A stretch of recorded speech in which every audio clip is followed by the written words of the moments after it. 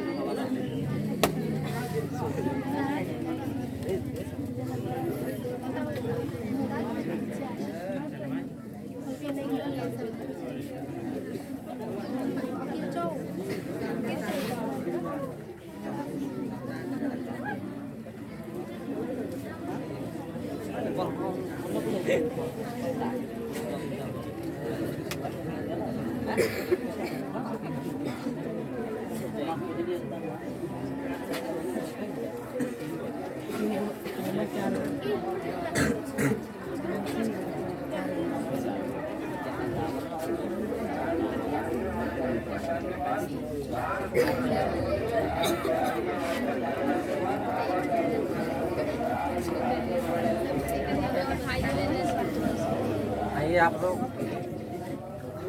कि आप लोग अपना अगरबत्ती अर्पण कर लीजिए। आइए अगरबत्ती अपना अर्पण आप लोग कर लीजिए।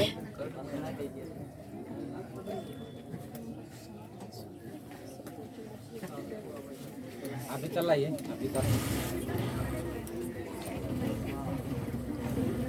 है और कर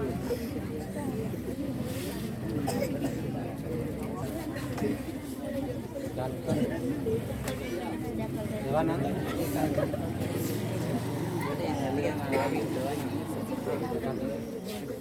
उधर से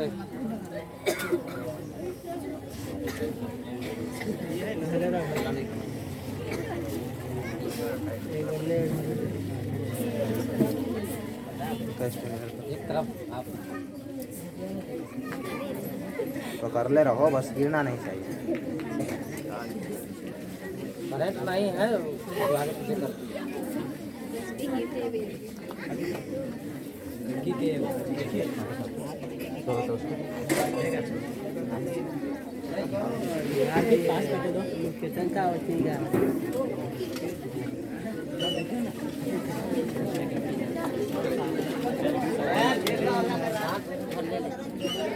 आप लोग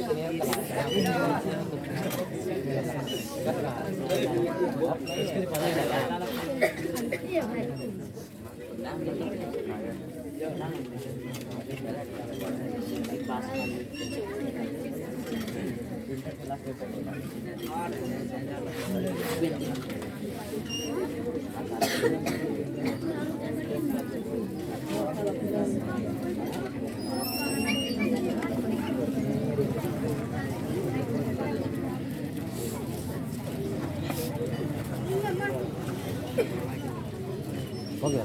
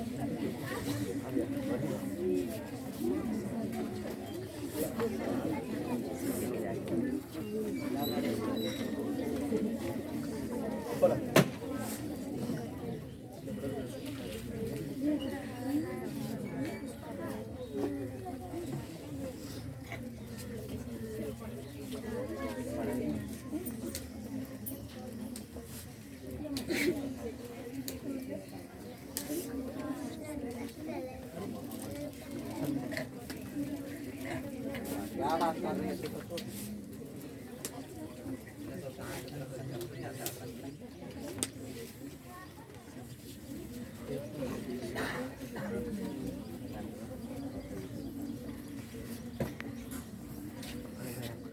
यहाँ से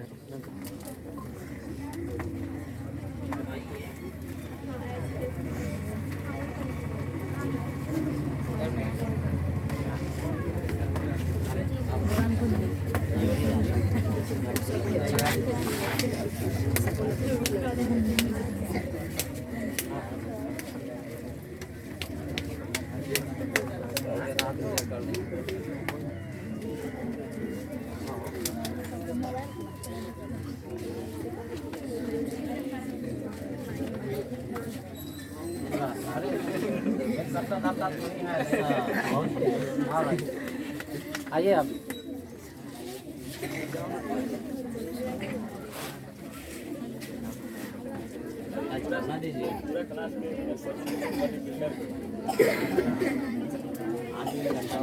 अभी लगा लीजिए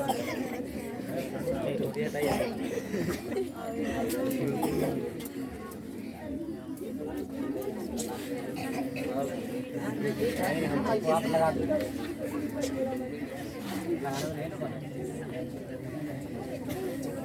कैमरा बड़ा कैमरा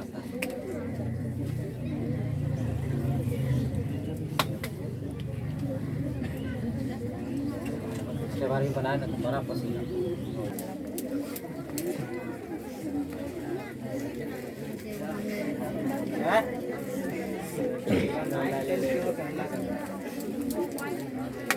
आप बताइए प्राइज संबंधी काम पहले की बाद में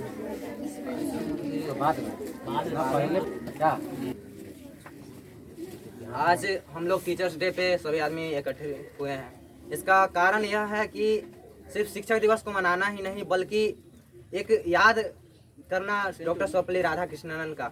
डॉक्टर सर्वपल्ली राधाकृष्णन भारत के प्रथम उपराष्ट्रपति और द्वितीय राष्ट्रपति रह चुके हैं। उन्होंने जो देश के लिए किया, जो देश की संस्कृति के लिए किया, वह अभूतपूर्व है। उन्होंने जो किया है देश की, जिन्होंने भारत के दर्शन शास्त्र से दुनिया को रूबरू करवाया। दर्शन शास्त्र वह शास्त्र होता है जो इसमें देश विदेश के लोग हमारे अंदर क्या है, हमारे देश में क्या है, हमारे देश में क्या विरासती स्थल है, उनके बारे में जानते हैं। और यह काम बखूबी किए हैं डॉक्टर सर्वपल्ली राधाकृष्णन। उनका जन्म 5 सितंबर 1888 को तमिलनाडु में हुआ था और उनकी मृत्यु बहुत ही ऐसे समय में हो गई जो हम कह नहीं सकते हैं। जिस समय भारत मतलब बहुत ही खराब स्थिति में था, जिस समय भारत में आपातकाल लागू हुआ, उस समय उनकी मृत्यु हो गई। और भारत के इतने महान आदमी थे कि उनके बारे में जितनी तारीफ की जाए वो कम है। उन्होंने जो किया वह बहुत ही सराहनीय कार्य है। उन्होंने भारत को एक अभूतपूर्व संज्ञा दी है। उन्होंने बताया है कि भारत क्या है, कैसा है। और सभी लोग अभी यहाँ पे इकट्ठित हुए हैं तो शिक्षक दिवस के लिए हुए हैं। उनकी जन्म तिथि को हर्षोल्लास के साथ मनाने के लिए हुए हैं। शिक्षक दिवस का मतलब ये नहीं होता है कि शिक्षक दिवस में आए, सभी आदमी केक काटे और खा के चले जाएं। शिक्षक दिवस का मतलब होता है कि आप यहाँ आए हैं, अपने शिक्षक का आप कितना सम्मान कर पाते हैं, यह सबसे बड़ी आप में बात होती है। आप शिक्षक, दुनिया का हर इंसान शिक्षक होता है। एक छोटा सा बच्चा भी आपके लिए शिक्षक हो सकता है या एक बुजुर्ग व्यक्ति भी आपके लिए शिक्षक हो सकते हैं। जिससे हम कुछ भी सीख पाएँ वो सभी शिक्षक कहलाते हैं। और दुनिया से हम बहुत कुछ सीखते हैं, अपनी माँ से सीखते हैं, पापा से सीखते हैं, दोस्त से सीखते हैं, भाई से सीखते हैं। यहाँ तक कि जो इस देश में कुकर्मी है, जो कुकर्म करते हैं, उनसे भी हम लोग को सीखने को मिलती है। तो दुनिया का हर व्यक्ति शिक्षक है। लेकिन जो शिक्षक दिवस अभी हम मनाते हैं, शिक्षक का मतलब होता है कि जो आपको सही राह बताए। माता पिता, आपको पता होना चाहिए कि आप सभी की पहली शिक्षक माँ होती है। वह आपको बताती है कैसे पढ़ना है, क्या पढ़ना है। और एक माँ का शिक्षित होना बहुत जरूरी है। लेकिन अपने भारत देश में, अपने खासकर बिहार राज्य में महिलाओं की स्थिति इतनी से दयनीय है, बहुत ही खराब स्थिति है। महिला शिक्षा नहीं ले पाती है और जब तक शिक्षित महिला नहीं होगी तब तक कोई शिक्षित माँ नहीं बन पाएगी। और जब शिक्षित माँ नहीं बनेगी तो शिक्षित बच्चे कहाँ से होंगे। इसलिए जरूरी है कि महिलाओं की स्थिति में सुधार किया जाए, महिलाओं को उच्च शिक्षा ग्रहण करने की प्रोत्साहित किया जाए। और हाँ, ऐसा बात नहीं है कि सिर्फ महिलाओं को, पुरुष भूल जाए, पुरुष को ही पढ़ना होता है। और पुरुष नहीं पढ़ेगा तो महिला को अच्छी शिक्षा कौन देगा? महिला कभी भी महिला को अच्छी शिक्षा नहीं दे सकती है, एक पुरुष ही महिला को अच्छी शिक्षा देता है। ये इसलिए यह जरूरी है कि सभी महिला और सभी पुरुष एक समान पढ़ें। और शिक्षक दिवस इन्होंने अपने अंतिम वाक्य में कहा था, इन्होंने जब अंतिम भाषण दिया था तो उसमें कहा था इन्होंने कि एक सभ्य समाज के लिए एक सभ्य शिक्षा होना बहुत जरूरी है। जब तक लोग शिक्षित नहीं होंगे तब तक इस देश का विकास नहीं हो सकता है, क्योंकि जब शिक्षित नहीं रहेंगे तो आप लोग कहीं भोज खाने गए होंगे, देखे होंगे जो शिक्षित व्यक्ति होंगे वो कभी भी अपने पत्तल पे जूठा नहीं छोड़ते हैं, क्योंकि उनको पता होता है इस कीमत का अन्न कितना है, अन्न का कीमत कितना है। यह अन्न बुआ बहुत मेहनत से उगाया जाता है, किसान ऐसे अन्न नहीं आ जाता है, इसके पीछे बहुत लंबी प्रक्रिया होती है। और हम लोग भोज खाने जाते हैं, सभी लोग गए होंगे निमंत्रण में, भोज खाते हैं, मुंह में रखे रहते हैं और कहते हैं और रखिए। उससे क्या होता है, भोजन की बर्बादी होती है। और हमको यह जरूरी है कि भोजन की बर्बादी को कम से कम करें। और यही कहनाम डॉक्टर सर्वपल्ली राधाकृष्णन का भी था। उन्होंने भोज प्रथा और बर्थडे प्रथा इस पे उन्होंने बहुत ही कटाक्ष टिप्पणी की थी। उन्होंने बताया था कि अगर भोज होता है ना तो वो 30% लोग ही खा पाते हैं, 70% बर्बाद होता है।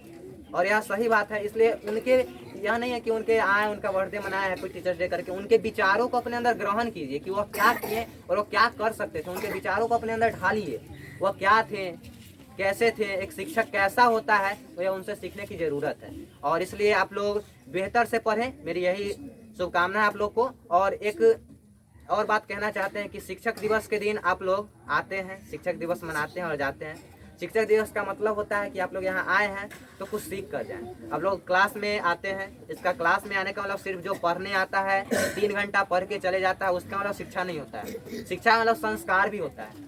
आप बहुत ही भले शिक्षित रहें और आपके पास संस्कार नहीं है तो शिक्षा किसी काम की नहीं है। और आप शिक्षित हैं और संस्कार है ही नहीं तो वह शिक्षा किसी काम की नहीं होती है।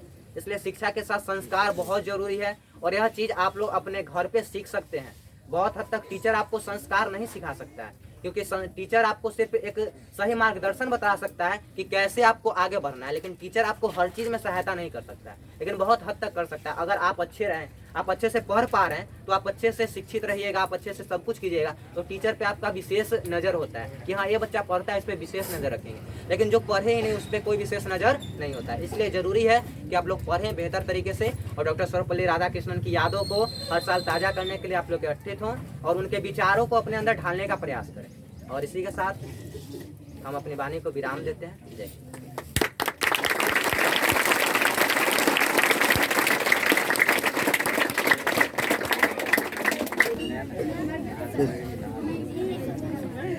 हेलो बच्चों, आज 5 सितंबर है।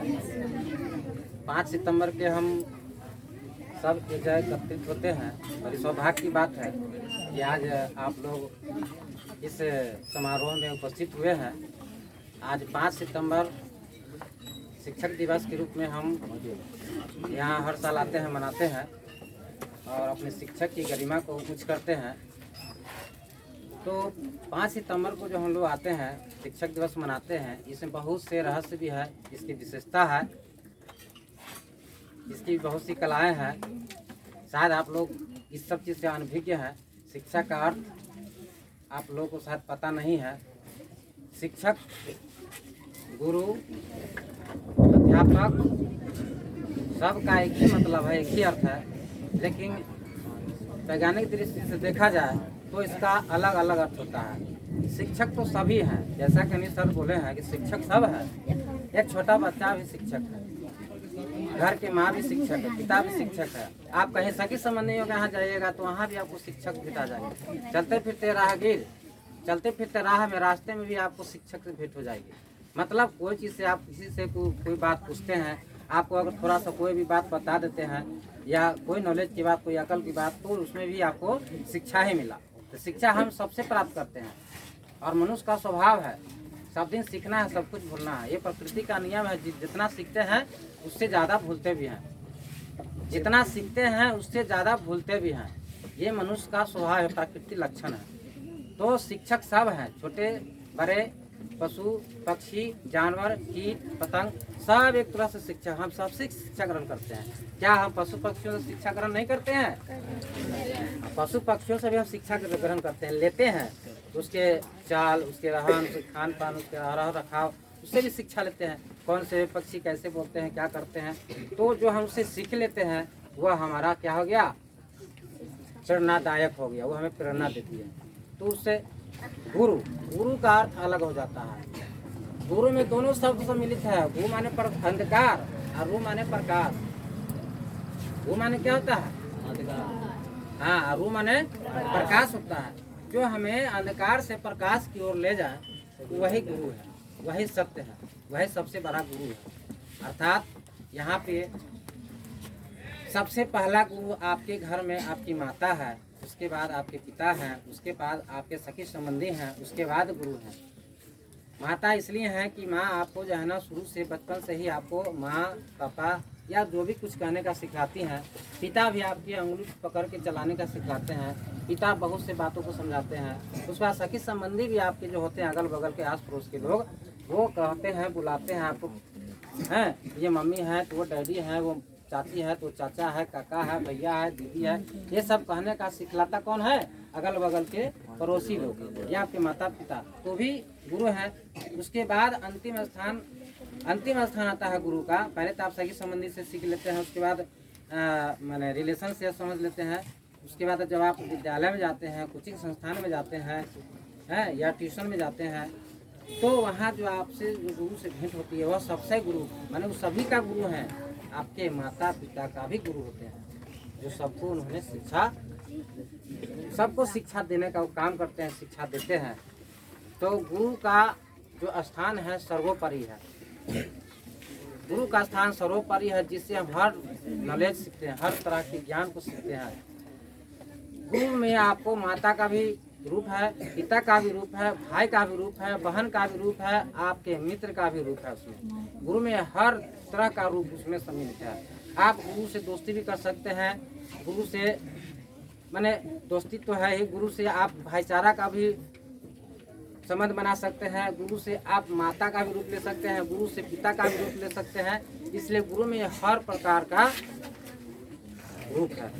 तो गुरु से आप हर तरह का जो है संबंध बना सकते हैं। तो गुरु वह गुरु है जो हर चीज़ को आपको बतलाते हैं, हर ज्ञान को आपके साथ रखते हैं, आपके सामने वह रखते हैं। कोई गलती करते हैं तो भी समझाते हैं, सही करते हैं तो अच्छी राह देते हैं, अच्छी बात बतलाते हैं। तो गुरु जो है हमारे सर्वोपरि है, सर्व शिखर पर है, इसलिए उनकी बातों को कभी भी नकारना नहीं चाहिए। गुरु की बात सर आंखों पर होनी चाहिए। माता पिता से भी ज़्यादा मान सम्मान गुरु का होना चाहिए। लेकिन ज़्यादा तो हम नहीं बोलना चाहते, हम तो बोलते रहेंगे तो दिन भर बोलते रह जाएंगे। गुरु एक ऐसा शब्द बन के अब रह गया है, वह पैर का ठोकर हो गया है। पैर से लोग लतार के चलता है। पैसा दे देता क्या है उसका फीस, कि लोग समझता है कि पैसा देकर हम गुरु को खरीद लिए। गुरु खरीदाने वाला नहीं है बउआ। लोग चाहता है कि गुरु को हम ठग लेंगे, गुरु ठगाता नहीं, वो खुद ठगा जाता है। समझ गए। कहना तो बहुत है, लेकिन हम अशब्द बात नहीं बोलना चाहेंगे। अशब्द बातों में जाकर आज के दिन के जो है ना डॉक्टर सर्वपल्ली राधाकृष्णन जी का जो है मान का सम्मान अपमान नहीं करवाएंगे, है ना। ये अंदिनाम कहने की चीज़ें हैं। और आप लोग अभी भी छोटे हैं, 8वां 9वां 10वां कोई जो है हाई फाई क्लास नहीं है। हाई फाई होता है इंटरमीडिएट में, वो लड़का समझता है कि अर्थ क्या होता है। डॉक्टर सर्वपल्ली राधाकृष्णन जी अपने जीवन काल में क्या किए हैं वो सब सीनियर विद्यार्थी जान सकता है। छोटा विद्यार्थी को तो कुछ नहीं है, ये मैं सुनेगा मैं निकाल देगा। तो सबसे पहले ये समझिए कि डॉक्टर सर्वपल्ली राधाकृष्णन जी जो ये जब इनका जन्म हुआ था, एक बहुत ही छोटे परिवार में, गरीब परिवार में जन्मे थे, ब्राह्मण कुल के सदस्य। इनका जन्म 5 सितंबर 1888 को हुआ था। 5 सितंबर 1888